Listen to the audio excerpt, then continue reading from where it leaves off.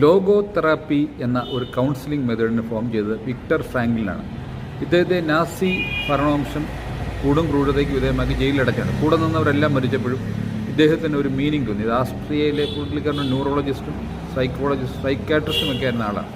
അദ്ദേഹത്തിന് അത് കൊടും പീഡനങ്ങളെ സഹിച്ച് നിന്ന് അവസാനം അദ്ദേഹം രക്ഷപ്പെട്ടു വരാനുള്ള കാരണം വെച്ചാൽ ബാക്കിയുള്ളവരെല്ലാം മരിച്ചു. നാസി കോൺസെൻട്രേഷൻ ക്യാമ്പിൽ നിന്ന് വരാനുള്ള പ്രധാന കാരണം അദ്ദേഹത്തിൻ്റെ ഒരു മീനിങ് ജീവിതത്തിന്. ഇദ്ദേഹം ഇത് കഴിഞ്ഞതിന് ശേഷം ഈ കോൺസെൻട്രേഷൻ ക്യാമ്പിൽ നിന്ന് ഞാൻ രക്ഷപ്പെട്ടിട്ട് പല യൂണിവേഴ്സിറ്റികളിൽ ലെക്ചർ നടത്തുന്നതായിട്ടും അങ്ങനെ ഒരുപാട് ആൾക്കാർ അത് കൈകൊട്ടുന്നതായിട്ടും അദ്ദേഹത്തിന് ഒരുപാട് അവാർഡ്സും ലോറൽസും കിട്ടുന്നതൊക്കെ അദ്ദേഹം സ്വപ്നം കൊണ്ടുകൊണ്ടേയിരുന്നു ആ ജയിലിൽ കിടന്നപ്പോൾ.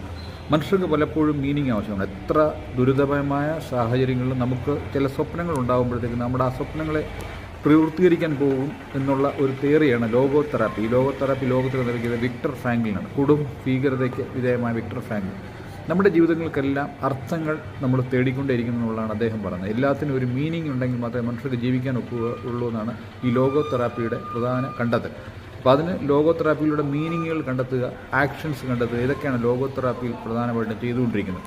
നമുക്കെല്ലാവർക്കും ജീവിതത്തിന് അടിസ്ഥാനം അത് ഇക്കിഗായി എന്ന ജാപ്പനീസ് പ്രിൻസിപ്പിളുമായിട്ട് ബന്ധപ്പെടാണ്. ഇക്കിഗായി എന്ന് പറഞ്ഞാൽ ചില ജീവിത ലക്ഷ്യങ്ങളുള്ളവരെ കൂടുതൽ നാൾ ജീവിച്ചിരിക്കും, കൂടുതൽ സന്തോഷവാന്മാരായിരിക്കും, ഓരോ പ്രഭാതത്തിലും ഉണർന്നെണീക്കുമ്പോൾ എന്തെങ്കിലും ഒന്ന് ചെയ്യാനായിട്ട് കാണും എന്നുള്ളതാണ്.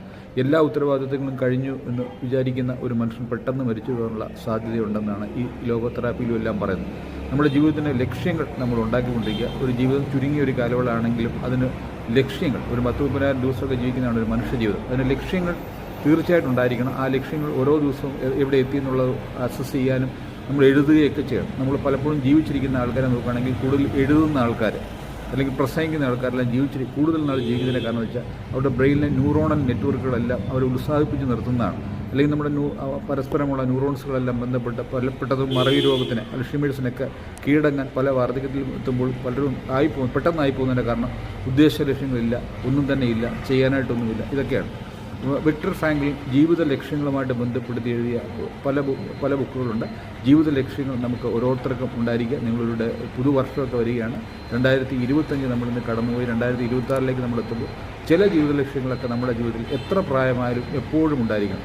അതാണ് ഇക്കിഗായി. ജപ്പാൻകാരുടെ ആയുസിൻ്റെയൊക്കെ രഹസ്യം. ഞാൻ പലപ്പോഴും IMC-യിലൊക്കെ ആയിരിക്കുമ്പോൾ 85 വയസ്സൊക്കെ ഉള്ള ഒരു ടൂറിന് വരുന്ന ഞാൻ കണ്ടിട്ടുണ്ട്. അവരെ കൊണ്ട് ടൂറിനൊക്കെ പോയത് ഓർക്കുന്നുണ്ട്. 100 പേര് വന്നായിരുന്നു. അന്ന് 85 വയസ്സിന് മുകളിലുള്ളവരാണ് ഭൂരിഭാഗം. അവരിപ്പോഴും ഇന്ത്യ കാണാനും ഒക്കെ ആയിട്ട് ആ പ്രായത്തിലും വന്നു. എല്ലാവരും 85 വയസ്സിന് മുകളിലുള്ളവരാണ്. അവിടെയൊക്കെ ആവറേജ് ലൈഫ് എക്സ്പെക്റ്റൻസിയൊക്കെ 85 ആണെങ്കിലും പലരും 100 വയസ്സിന് ജീവിച്ചിരിക്കും. ജീവിത ലക്ഷ്യങ്ങളുണ്ടാവട്ടെ. വിക്ടർ ഫ്രാങ്ക്ലിൻ്റെ മാൻസ് സെർച്ച് ഫോർ മീനിങ് എന്നുള്ള ബുക്ക് നിങ്ങളൊന്ന് വായിക്കണം. വളരെ കോൺസെൻട്രേഷൻ ക്യാമ്പുള്ള അനുഭവങ്ങൾ എഴുതിയ ബുക്കാണ്. നല്ല ബുക്കുമാണ്. ലോഗോ തെറാപ്പിയെക്കുറിച്ച് പറഞ്ഞെന്ന് മാത്രമേ ഉള്ളൂ.